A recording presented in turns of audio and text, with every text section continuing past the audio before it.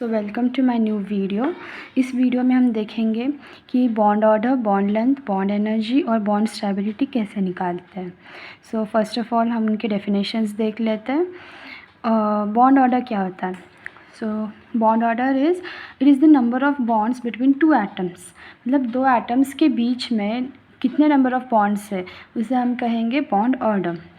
So second, bond length क्या होता है? Bond length it is the internuclear distance between two bonded atoms. मतलब दो एटम्स के बीच में, उनके न्यूक्लियस के बीच में जो डिस्टेंस होता है जिसे हम इंटरन्यूक्लियर डिस्टेंस बोलते हैं, उसे कहेंगे bond length. Now what is bond energy? It is the minimum energy required to break the bond. मतलब किसी भी बॉन्ड को ब्रेक करने के लिए जो मिनिमम एनर्जी रिक्वायर्ड है उसे कहेंगे बॉन्ड एनर्जी। और इनके बीच में रिलेशन क्या है? So C, bond order is directly proportional to bond strength, is directly proportional to bond energy and it is inversely proportional to bond length. अगर हमें बॉन्ड एनर्जी निकालना है, बॉन्ड स्टेबिलिटी निकालना है या फिर बॉन्ड लेंथ निकालना है, हम ये तीनों टर्म्स है ना बॉन्ड ऑर्डर के थ्रू निकाल सकते हैं। तो अब देखते हैं कि ये बॉन्ड ऑर्डर कैसे निकालेंगे। तो ट्रिक क्या है? तो मैंने एक साइड पे टोटल नंबर ऑफ़ इलेक्ट्रॉन्स लिखा है 1 to 20 और एक साइड पे बॉन्ड ऑर्डर। तो 1 का स्टार्ट हम करेंगे 0.5 से, फिर 0.5, 1 का 0.5, 2 का 1, 3 का 0.5, फिर 4 का 0, 5 का 0.5, 6 का 1, 7 का 0.5, 8 का 0, ऐसे करते करते कहाँ तक? 10 तक। 10 का आएगा 1। फिर 10 के आगे हमें क्या करना है? 10 के आगे हमें 0.5 से इंक्रीज़ करना है। जैसे कि अभी देखिए 10 का कितना है? 1, फिर 11 का 1.5, 12 का 2, 13 का 2.5, 14 का 3 आएगा। फिर 14 तक हमने इंक्रीज़ किया 0.5 से, फिर 14 के आगे 20 तक ना हमें 0.5 से वापस डिक्रीज़ करना है।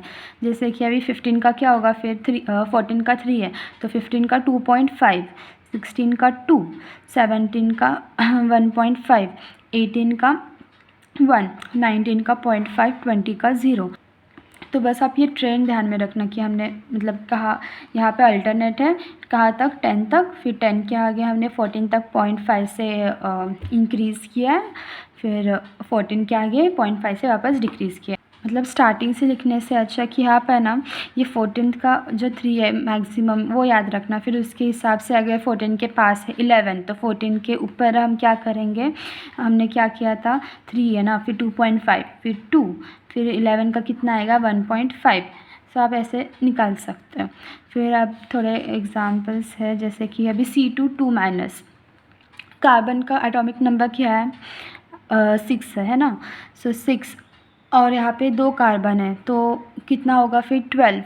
मतलब टोटल नंबर ऑफ़ इलेक्ट्रॉन्स कितने हो गए? 12। और यहाँ पे 2 माइनस है तो टोटल नंबर ऑफ़ इलेक्ट्रॉन्स 12 + 2 कितना आया? 14। सो 14 का भी हम देखेंगे कि कितना है? 3 है ना, जो कि मैक्सिमम है। तो बॉन्ड ऑर्डर फिर इसका हो गया 3। अभी N2 मतलब नाइट्रोजन का एटॉमिक नंबर 7 है और यहाँ पे N2 है तो टोटल नंबर ऑफ़ इलेक्ट्रॉन्स कितने हो गए? 14 हो गए यहाँ पर भी। तो यहाँ पर भी बॉन्ड ऑर्डर कितना आएगा? 3 आएगा। अभी फ्लोरीन F2, फ्लोरीन का एटॉमिक नंबर 9 है, 9 और यहाँ पे F कितना है? 2 है ना, तो F2 मतलब टोटल नंबर ऑफ़ इलेक्ट्रॉन्स कितने हो गए? 18। अभी 18 का कितना देखा था हमने? 1। तो simply total number of electrons यहाँ पे 18 और बॉन्ड ऑर्डर कितना आ गया? 1। ठीक है, इतना समझा। अब हम देखेंगे कि सी, अगर बॉन्ड ऑर्डर 0 होता है ना, मतलब जैसे कि यहाँ पर है, जैसे कि 4 का 2 3 हाँ 4 का कितना है? 0 है ना। तो अगर टोटल नंबर ऑफ़ इलेक्ट्रॉन्स किसी के भी अगर 4 आया ना और तो उसका बॉन्ड ऑर्डर क्या होगा? 0। बॉन्ड ऑर्डर 0 है मतलब वो मॉलिक्यूल एग्जिस्ट ही नहीं करता।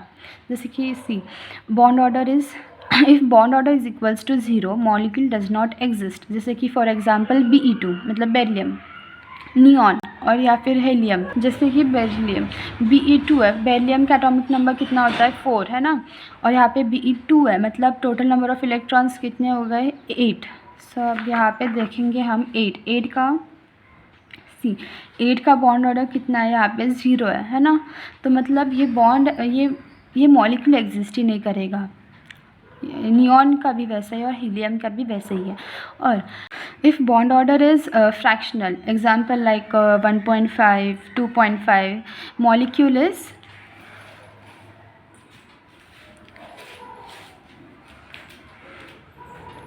पैरामैग्नेटिक। तो मॉलिक्यूल क्या होता है, पैरामैग्नेटिक होता है। जैसे कि सी ये जो 0.5 है 7 का, या फिर जैसे कि ये 11 का कितना है 1.5। तो ये मॉलिक्यूल जो फ्रैक्शनल टर्म्स है ना, वो सब क्या है, पैरामैग्नेटिक है। तो we will see now questions. Which of the following species does not exist under normal conditions? ये क्वेश्चन AIPMT 2010 में आया था। So total number of electrons in Li2 will be 6।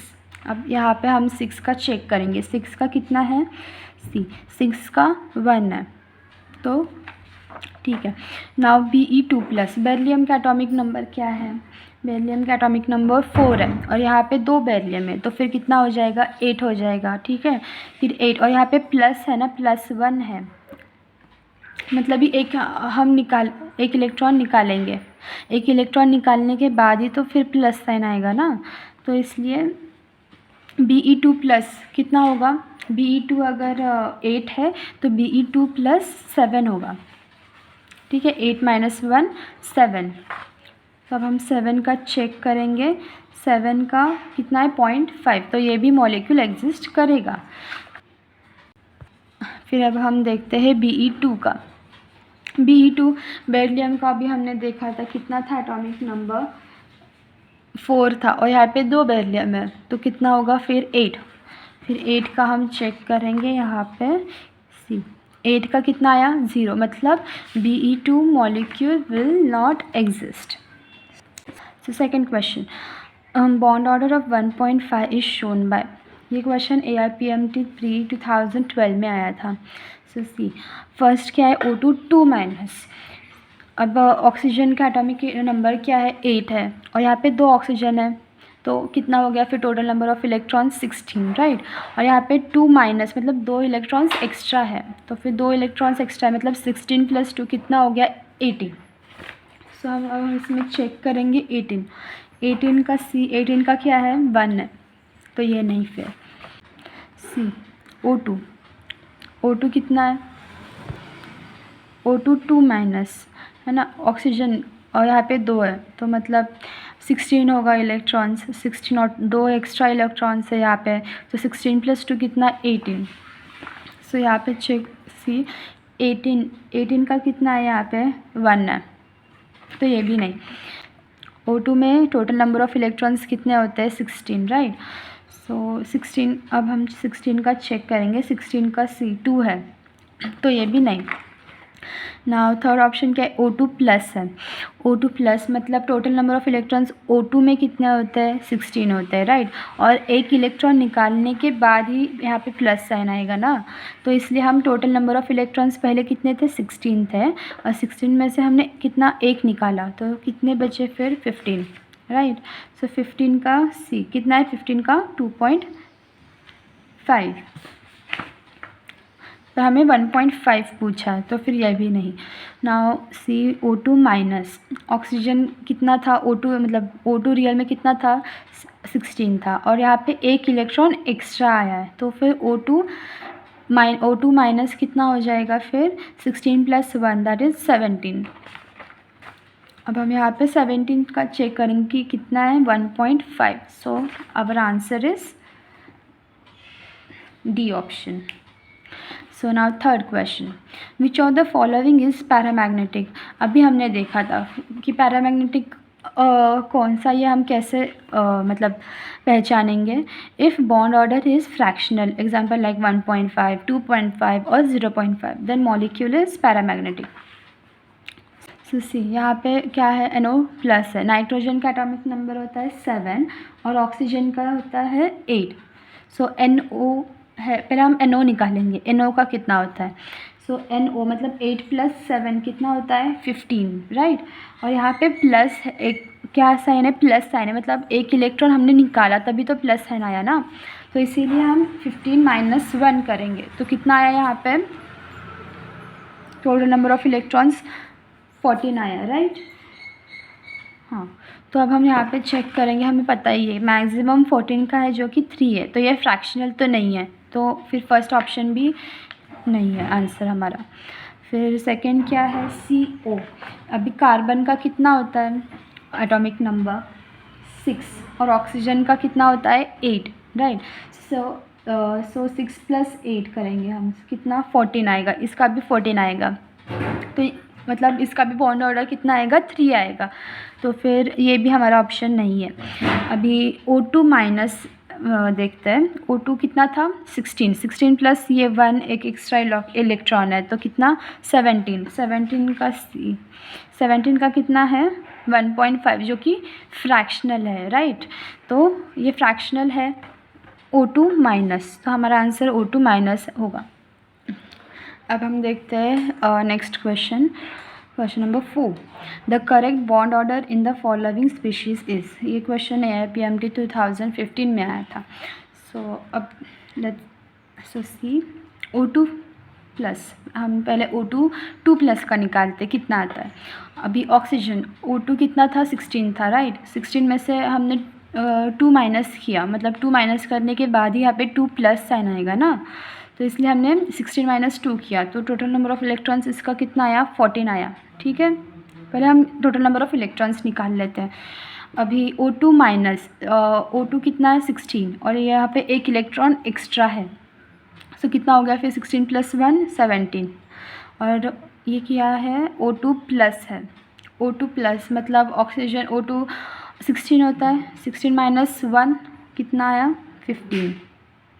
सो हम देखते कि 14 15 और 17 14, हमें ये तो पता है कि 14 का कितना होता है मैक्सिमम होता है जो कि 3 है, सी 14 का मैक्सिमम है 3।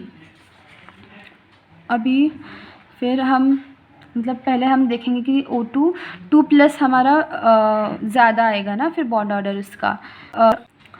सो सी बी में O2 2+ है यहाँ पे सबसे ज़्यादा, और सी में भी O2 2+ सबसे ज़्यादा है, तो अब हमारा आंसर बी या फिर सी होगा, ठीक है। अब हम चेक करते हैं O2+ का ज़्यादा है या O2 माइनस का ज़्यादा है।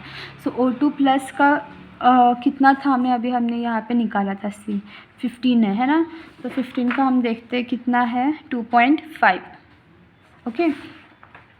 मतलब इसका कितना था O2 का 3 था, है ना। O2 2+ का कितना था 3 था, O2 प्लस का कितना आया था 2.5, और O2 माइनस का कितना आया, टोटल नंबर ऑफ़ इलेक्ट्रॉन्स हमने यहाँ पे निकाला था सी 17 था, है ना। 17 का भी यहाँ पे देखते कितना है 1.5 है, मतलब यहाँ पे 1.5 है इसका बॉन्ड ऑर्डर, सो ये लास्ट में आएगा। सो हमारा ऑर्डर फिर कैसा होगा O2 2+, फिर O2 प्लस, फिर O2 माइनस। तो आप बॉन्ड ऑर्डर के थ्रू ही बॉन्ड लेंथ भी निकाल सकते हैं, बॉन्ड स्टेबिलिटी भी निकाल सकते हैं, और बॉन्ड एनर्जी भी निकाल सकते हैं।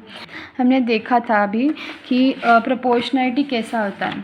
सी bond order directly proportional to bond strength, directly proportional to bond energy, inversely proportional to bond length, है ना। तो अगर आपने बॉन्ड ऑर्डर निकाला तो उसके थ्रू आप बॉन्ड लेंथ भी निकाल सकते हैं। सिंपली आपको ये इन्वर्स प्रोपोर्शनलिटी है ना, मतलब इन्वर्सली प्रोपोर्शनल है ना बॉन्ड ऑर्डर और बॉन्ड लेंथ, तो आप सिंपली बॉन्ड ऑर्डर को उल्टा कर दोगे तो क्या आ जाएगा आपका बॉन्ड लेंथ आ जाएगा।